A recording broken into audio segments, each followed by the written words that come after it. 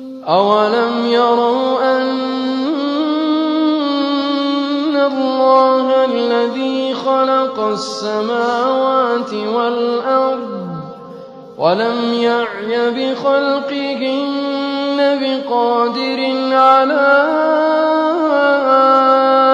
أَن يُحْيِيَ الْمَوْتَىٰ ۚ بَلَىٰ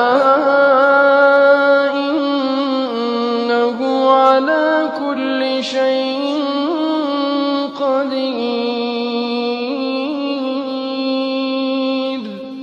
وَيَوْمَ يُعْرَضُ الَّذِينَ كَفَرُوا عَلَى النَّارِ أَلَيْسَ هَٰذَا بِالْحَقِّ ۖ قَالُوا بَلَىٰ وَرَبِّنَا ۚ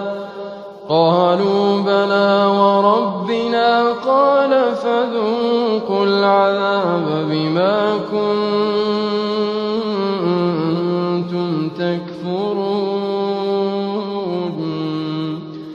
فاصبر كما صبر أولو العزم من الرسل ولا تستعجل لهم كأنهم يوم يرون ما يوعدون لم يلبثوا إلا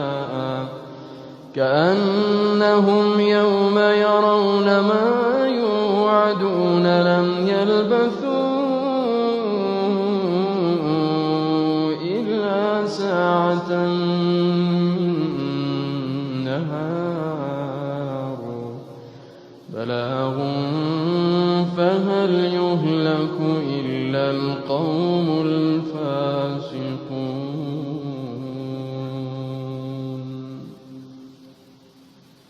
الله